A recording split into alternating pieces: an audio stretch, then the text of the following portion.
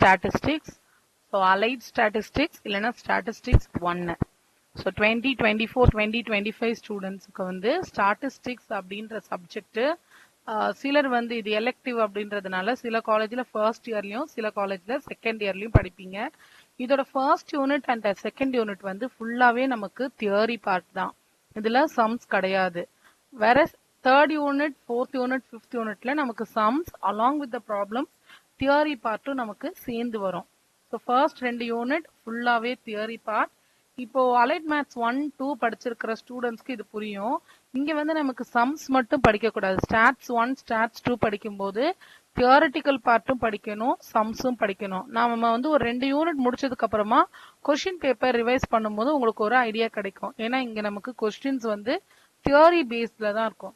இந்த theory paste questions வந்து நம்ம ஓன் வேர்ட்ஸ்ல எழுதுற மாதிரி தான் இருக்கும். ஸோ இந்த வீடியோல நம்ம ஃபர்ஸ்ட் என்ன பார்க்க போறோம்னா methods of collection. So collection வந்து பிரைமரி டேட்டா, செகண்டரி டேட்டா, இதுதான் நம்ம ஃபர்ஸ்ட் டாபிக்கா பார்க்க போறோம். இதோட பிடிஎஃப் வந்து டிஸ்கிரிப்ஷன் லிங்க்ல இருக்கும். நீங்க டவுன்லோட் பண்ணி பிரிண்ட் எடுத்தோ இல்ல எழுதி வச்சோ படிச்சுக்கோங்க. First data. டேட்டானா என்ன? இப்போ நீங்க வந்து செட் ஆஃப் ஸ்டூடெண்ட்ஸ் இருக்கீங்க. செட் ஆஃப் ஸ்டூடெண்ட்ஸ் காலேஜ்ல ஜாயின் பண்ணும்போது உங்ககிட்ட நிறைய டேட்டா கேட்பாங்க. Father name, mother name, phone number, residential address, உங்க ஆதார் கார்டு, இந்த மாதிரி நம்ம டேட்டாஸ் கலெக்ட் பண்ணி எக்ஸல் ஷீட்ல வச்சுப்பாங்க. எப்ப வேணுமோ அதை நம்ம யூஸ் பண்ணிக்கலாம். ஸோ இந்த மாதிரி டேட்டா கலெக்ஷன் ஆஃப் டேட்டா வந்து இதுல பார்க்க போறோம். இது பேர் தான் டேட்டா. இந்த டேட்டாவை எதுக்கு யூஸ் பண்ணுவாங்க அப்படின்னா ஸ்டாட்டிஸ்டிக்கல் அனாலிசிஸ்க்கு யூஸ் பண்ணுவாங்க. ஸ்டாட்டிஸ்டிக்கல் அனாலிசிஸ் அப்படின்னா இப்ப நீங்க 12th முடிச்சு காலேஜ் சேரும்போது நம்ம டேட்டாஸ் என்னெல்லாம் கொடுத்துருப்போம்னா நம்ம ஃபர்ஸ்ட் கிராஜுவேட்டா, நம்ம வீட்டில் ஏற்கனவே யார் வந்து படிச்சிருக்காங்க, அப்படி இல்லை அப்படின்னா நம்ம கவர்மெண்ட் ஸ்கூல்ல படிச்சிருக்கோமா, பிரைவேட் ஸ்கூல்ல படிச்சிருக்கோமா, என்ன மீடியம்ல படிச்சிருக்கோம், இந்த மாதிரி நிறைய டேட்டா இருக்கும். இந்த டேட்டாவை வச்சு அனலைஸ் பண்ணி நெக்ஸ்ட் என்ன பண்ணலாம் அப்படின்ற ஒரு கன்க்ளூஷனுக்காக டேட்டா கலெக்ட் பண்ணிருப்பாங்க.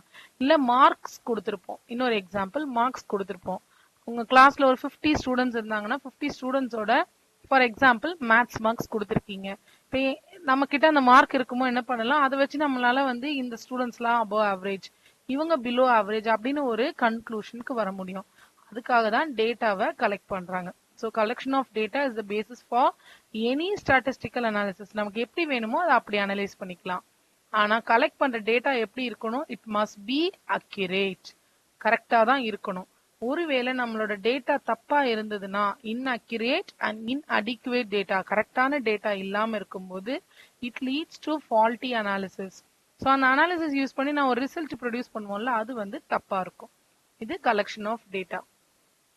நமக்கு 2 டைப்ஸ் ஆஃப் டேட்டா இருக்கு. ஒன்னு பிரைமரி டேட்டா, இன்னொன்னு செகண்டரி டேட்டா. பிரைமரி டேட்டானா நான் டைரக்டா கலெக்ட் பண்ற, ஒரு பர்சனை மீட் பண்ணியோ இல்ல பர்சனோட போன்லயோ பேசி கலெக்ட் பண்ற டேட்டா பிரைமரி டேட்டா. அப்படி இல்ல எங்கேயோ யாரோ ஏற்கனவே பப்ளிஷ் பண்ண ஒரு டேட்டாவை நான் எடுத்துக்கிட்டேன் அப்படின்னா இட் இஸ் செகண்டரி டேட்டா. இப்போ ஒரு ஸ்டூடெண்ட் கிட்ட நேரடியா போயிட்டு உன்னோட 12th ஸ்டாண்டர்ட் மார்க் என்னன்னு கேட்டு நான் கலெக்ட் பண்ணிக்கிறது பிரைமரி டேட்டா.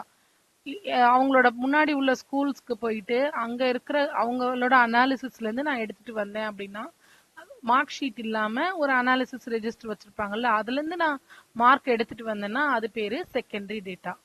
ஸோ பிரைமரி டேட்டாவை கலெக்ட் பண்றதுக்கு 5 மெத்தட்ஸ் இருக்கு. இப்போ இதெல்லாமே நமக்கு டேட்டா என்ன, 2 டைப்ஸ் ஆஃப் டேட்டா என்ன, அதை மெத்தட் கலெக்ட் பண்ற மெத்தட் என்ன, இதெல்லாம் தெரிஞ்சா போதும். உள்ள இருக்கிற கண்டென்ட்டை நம்ம ஓன் வேர்ட்ஸ்ல எழுதிக்கலாம். இதை நீங்க ரீட் பண்ணிட்டு ஓன் வேர்ட்ஸ்ல எழுதிக்கோங்க. ஸோ 5 மெத்தட்ஸ் இருக்கு. First one direct personal interview.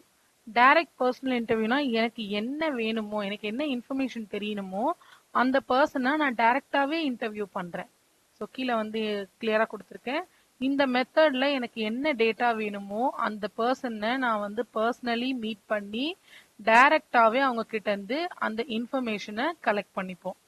நம்ம இப்படி கலெக்ட் பண்ணும்போது என்னவாகும்னா மேக்சிமம் அந்த இன்ஃபர்மேஷன் ஒரிஜினலா தான் இருக்கும். நம்ம வந்து ஃபால்ஸ் இன்ஃபர்மேஷன் கொடுக்க மாட்டோம். பட் இந்த மெத்தட்ல இருக்கிற ஒரு டிஸ்அட்வான்டேஜ் என்னன்னா, இப்ப நான் ஒரு 50 மெம்பர்ஸை நான் வந்து மீட் பண்ணணும் அப்படின்னும் போது அந்த 50 பேரையும் மீட் பண்றதுக்கு டைம் எனக்கு அதிகமா எடுக்கும் அண்ட் மணி வந்து அதிகமா கன்சியூம் ஆகும். லார்ஜ் நம்பர் ஆஃப் பீப்புளை நம்ம வந்து இன்டர்வியூ பண்ணும்போது இதுல வந்து இந்த டிஃபிகல்ட்டி இருக்கு. பர்சனலா நான் ஒருத்தரையா போய் கூப்பிட்டு கேட்கும்போது அண்ட் ஆனா இங்க இருக்கிறது வந்து எது இது எப்ப இது யூஸ் ஆகும் அப்படின்னா லிமிடெட் நம்பர் ஆஃப் ஸ்டூடெண்ட்ஸ். நம்ம இப்ப நான் வந்து ஒரு டீச்சர் என் கிளாஸ்ல இருக்க ஒரு 20 ஸ்டூடெண்ட்ஸ் கிட்ட நான் டேட்டா கேட்கணும் போது இட் இஸ் சிம்பிள். எனக்கு முன்னாடி தான் இருப்பாங்க, நான் ஈஸியா அவங்க கிட்ட கேட்டுக்கலாம் 20 பேருக்கு. ஆனா அதே நான் காலேஜ் ஃபுல்லா இருக்கிற ஒரு 1000 மெம்பர்ஸ்க்கு கேட்கணும் போது இது நமக்கு பண்ண முடியாது. ஸோ இதுதான் வந்து ஃபர்ஸ்ட் மெத்தட். ஃபர்ஸ்ட் மெத்தட் வந்து direct personal interview. Second method இப்படியும் நம்ம கலெக்ட் பண்ணலாம், இன்டைரக்ட் ஓரல் இன்டர்வியூ. இங்கே மீனிங் வந்து அந்த இதுலயே இருக்கு. ஓரல் இன்டர்வியூ, ஓரல்னா நான் கேட்டுதான் தெரிஞ்சுக்கிறேன், பட் இன்டைரக்டா கேக்குறேன். ஏன் இன்டைரக்டா கேக்குறோம்னா சில இன்ஃபர்மேஷனை டைரக்டா கேட்டா சொல்ல மாட்டாங்க. ஸோ ஒரு ஸ்டூடெண்ட் கிட்ட போயிட்டு உன்னோட மார்க் என்னன்னு கேட்டா டைரக்டா சொல்லிடுவாங்க. பட் உனக்கு ஆல்கோஹால் ட்ரிங்கிங் ஹேபிட் இருக்கான்னு கேட்டா இருந்ததுன்னா நம்ம ஃபால்ஸா இல்லைன்னு சொல்லிடுவோம். சம்டைம்ஸ் இல்லாம இருக்கலாம், ஜஸ்ட் ஃபார் த ஃபன் இருக்கு, ஆமா நான் ஆல்கஹால் கன்சியூம் பண்ணுவேன்னு சொல்லலாம். ஸோ இது வந்து சேஞ்ச் ஆகும். இந்த மாதிரி இன்ஃபர்மேஷனை நம்மளால டைரக்டா கேட்க முடியாது. அப்போ இன்டைரக்ட் ஓரல் இன்டர்வியூக்கு போயிடுவோம். ஸோ எக்ஸாம்பிள் தான் கீழே கொடுத்துருக்கீங்க, இது ஒரு எக்ஸாம்பிள்.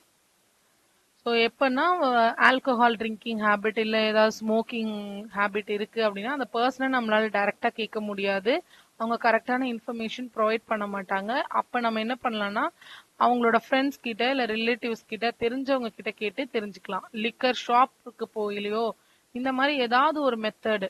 ஸோ இது வந்து டைரக்டா இல்லாம இன்டைரக்டா நம்ம அந்த விஷயத்த தெரிஞ்சுக்க ட்ரை பண்றோம். பட் இது வந்து it may lead to the false result. ஏன்னா சம்டைம்ஸ் ஃப்ரெண்ட்ஸ்க்கு தெரியாம இருக்கலாம், சொல்லக்கூடாதுன்னு நினைக்கலாம். அதனால இந்த மெத்தட யூஸ் பண்ணி இது ட்ரூ அப்படின்னு நம்மளால சொல்ல முடியாது. இதுதான் இது வந்து இன்டர்வியூ பண்ண சஃபிஷியன்ட் நிறைய பர்சனை இன்டர்வியூ பண்ணும்போது இது கரெக்டா வரும் அப்படின்னு சொல்றாங்க. இதுதான் second method. Third method information from correspondence.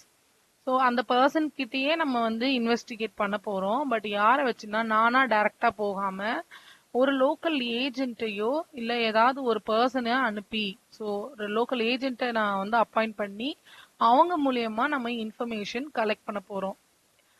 இப்படி கலெக்ட் பண்ணும்போது வந்து என்ன ஆகும்னா இதுல இருக்கிற இதுக்கு ஒரு எக்ஸாம்பிள் கொடுத்திருக்காங்க.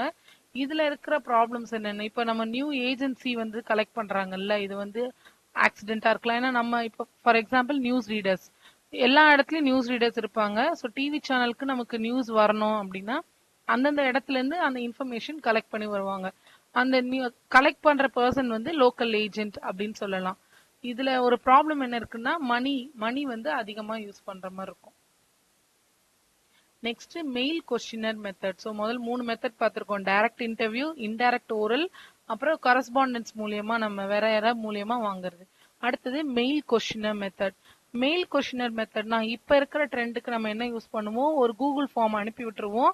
கூகுள் ஃபார்மோட ஹெட்டிங்ல என்ன பண்ணிருப்போம், இந்த கொஸ்டினர் எதுக்காக, ஸோ ஒரு கொஸ்டினர் அனுப்பும் போது இது என்ன பர்பஸ்க்காக நம்ம கொஸ்டினர் அனுப்புறோம், இதோட எய்ம் என்ன, ஆப்ஜெக்டிவ் என்ன. எய்ம் என்னன்னா அது எதுக்காக நான் கலெக்ட் பண்றேன், அதை யூஸ் பண்ணி நான் என்ன பண்ண போறேன்றதையும் நம்ம மேல வந்து மென்ஷன் பண்ணணும்.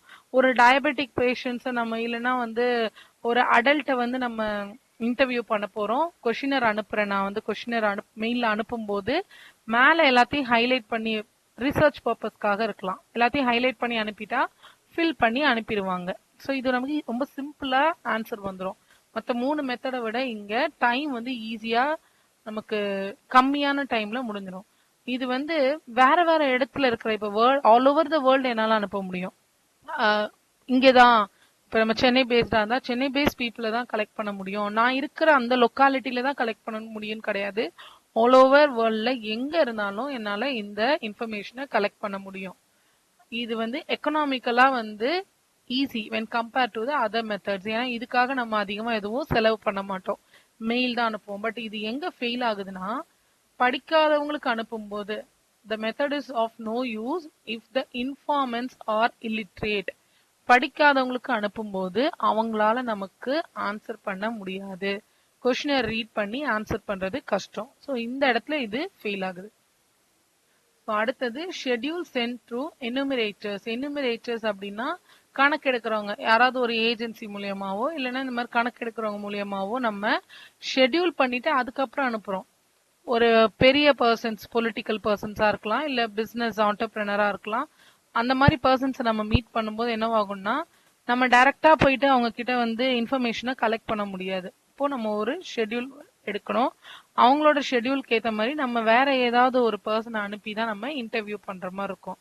இந்த மாதிரி எனுமரேட்டர்ஸ் போகும்போது நமக்கு இதுல என்ன டிஃபிகல்ட்டி இருக்குன்னா, அவங்களுக்கு நம்ம பே பண்ற மாதிரி இருக்கும். அந்த பர்சன்ஸ்க்கு பே பண்ணுவோம். ஸோ இதனால இது ரொம்ப காஸ்ட்லி. அண்ட் இந்த மெத்தட் வந்து எங்க நமக்கு சக்சஸ் ஆகும் அப்படின்னா, நான் போய் இன்டர்வியூ பண்ற பர்சன் சம்டைம் இல்லிட்ரேட்டா இருக்கலாம். பட் அவங்க ஒரு பெரிய பொலிட்டீஷியனா இருக்கலாம், இல்ல பெரிய ஆண்டர்பிரனரா இருக்கலாம். அவங்க கிட்ட நம்மளால ஹேண்ட் ரிட்டன்ல ஃபில் பண்ண முடியும். கொஸ்டினை ரீட் பண்ணி ஹேண்ட் ரிட்டன்ல ஃபில் பண்ணிக்க முடியும். இங்கே இது பாசிட்டிவ். ஸோ இதை வந்து ஈஸி. மற்ற மெத்தட்ஸை கம்பேர் பண்ணும்போது இதுதான் இல்லிட்ரேட் பீப்புளுக்கு அடாப்ட் பண்ணிக்கிற மாதிரி இருக்கிற மெத்தட். இந்த 5 மெத்தடும் டைரக்ட் இன்டர்வியூஸ், எல்லாமே நேரடியா ஒரு பர்சன் கிட்ட இருந்து டேட்டாவை கலெக்ட் பண்றது. டேட்டான்றது இன்ஃபர்மேஷன். ஸோ அடுத்தது செகண்டரி டேட்டா. செகண்டரி டேட்டா 2 விதம் இருக்கு நமக்கு. ஒன்னு பப்ளிஷ்டு சோர்சஸ்ல இருந்து எடுக்கிறது, அன்பப்ளிஷ்டு சோர்சஸ்ல இருந்து எடுக்கிறது. முன்னாடியே சொல்லிட்டேன், பிரைமரி டேட்டானா நான் டைரக்டா எனக்கு தேவையான இன்ஃபர்மேஷனை ஒரு பர்சன் கிட்ட கேட்டோ மெயில் அனுப்பியோ இல்ல ஒரு ஏஜென்ட் அனுப்பியோ வாங்குறது பிரைமரி டேட்டா. செகண்டரி டேட்டா அப்படின்னா எனக்கு ஒரு டேட்டா வேணும், ஆனா வந்து நான் என்னால வந்து யாரையும் போய் கேட்க முடியாது. ஸோ அப்ப ஏற்கனவே யாராவது ரிசர்ச் பண்ணி வச்சிருப்பாங்க இல்ல டேட்டா எடுத்து வச்சிருப்பாங்க, அவங்க கிட்ட இருந்து நான் கலெக்ட் பண்ணிக்கிறேன் அப்படின்றது தான் செகண்டரி டேட்டா. ஸோ எக்ஸாம்பிளுக்கு இப்ப சுனாமி டைம் எக்ஸாம்பிளுக்கு சொல்றேன். சுனாமி இல்ல சைக்ளோன் இந்த மாதிரி நேச்சுரல் டிசாஸ்டர் வரும்போது சீஷோர்ல நிறைய பேர் இறந்திருப்பாங்க. அதுக்கான டேட்டா எனக்கு வேணும். ஸோ யாரை போய் கேட்டா இதுக்கான கரெக்டான டேட்டா கிடைக்கும்னு தெரியாது. யாரையும் நம்ம பர்சனலா இன்டர்வியூ பண்ண முடியாது, பண்ணாலும் தெரியாது. ஸோ அந்த கேஸ்ல நம்ம என்ன பண்ணுவோம், ஏற்கனவே அவங்க டேட்டா எடுத்து வச்சிருப்பாங்க ஆபீஸ்ல, ஏதாவது ஒரு ஆபீஸ்ல இருக்கும். முனிசிபாலிட்டி ஆஃபீஸ் இல்ல corporation office, central office, government ஏதாவது ஒரு செக்டார்ல இருக்கும். அந்த இன்ஃபர்மேஷனை நான் எடுத்துக்கிறேன். அதுதான் வந்து செகண்டரி டேட்டா. அது 2 விதம், பப்ளிஷ்ட் அண்ட் அன்பப்ளிஷ்ட். இதெல்லாம் பப்ளிஷ்டு சோர்சஸ். பப்ளிஷ்டு சோர்சஸ் என்னன்னா, ஏற்கனவே இருக்க பப்ளிகேஷன், யுனைடெட் நேஷன் ஆஃப் ஆர்கனைசேஷனோட ரிப்போர்ட்டா இருக்கலாம், இல்ல சென்ட்ரல் கவர்மெண்ட் ரிப்போர்ட்டா இருக்கலாம், இல்ல ஸ்டேட் கவர்மெண்டோட ரிப்போர்ட்டா இருக்கலாம். இதுல இருந்து எடுக்கிறதெல்லாம் பப்ளிஷ்ட். அது வந்து ஃபிக்ஸ்டு.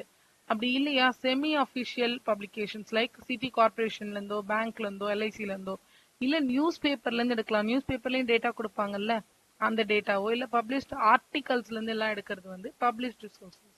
அன்பப்ளிஷ்டு சோர்சஸ் அப்படின்னா, இது வந்து ஒரு கவர்மெண்ட் ஆபீஸ்ல ஜெனரல், இப்ப நம்ம ஒரு ஃபைனல் இயர் ஸ்டூடெண்ட்ஸ்க்கு ஒரு ப்ராஜெக்ட் பண்றாங்க, ஒரு டேட்டா பேஸ் ப்ராஜெக்ட் பண்றாங்க அப்படின்னா, பாதி டாக்குமெண்ட் உண்மையா இருக்கும், பாதி டாக்குமெண்ட் பாதி டேட்டா ஆர் இன்ஃபர்மேஷன் தப்பா கூட இருக்கும். பட் கலெக்ட் பண்ணி அதை அனலைஸ் பண்ணி ஒரு இடத்துல வச்சிருப்பாங்க. இது பேரு அன்பப்ளிஷ்டு டேட்டா. ஏன்னா அந்த டேட்டா ஃபால்ஸா ட்ரூவான்றதெல்லாம் நமக்கு தெரியாது. ஏதோ ஒரு இன்ஸ்டிடியூஷன் கலெக்ட் பண்ணிருக்கோம், இல்ல ஸ்காலர்ஸ் இல்ல ஏதாவது கம்பெனிஸ்ல இருந்து கலெக்ட் பண்ணிருப்பாங்க. இது பேரு அன்பப்ளிஷ்ட் சோர்சஸ்.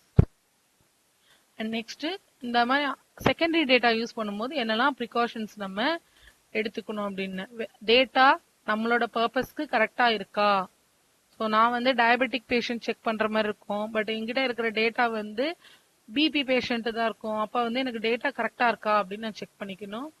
அடிக்குவேட்டா இருக்கா, இது போதுமா, இந்த இன்வெஸ்டிகேஷனுக்கு இந்த டேட்டா போதுமான்னு செக் பண்ணிக்கணும். ரிலையபிளான்னு செக் பண்ணிக்கணும். அந்த டேட்டா வந்து ட்ரூ தானா, கரெக்டா தான் வாங்கினாங்களா அப்படின்றதையும் செக் பண்ணிக்கணும். இதுதான் வந்து டேட்டா கலெக்ஷன் ஆஃப் டேட்டா. இதோட பிடிஎஃப் டிஸ்கிரிப்ஷன்ல இருக்கும், டவுன்லோட் பண்ணி வச்சுக்கோங்க.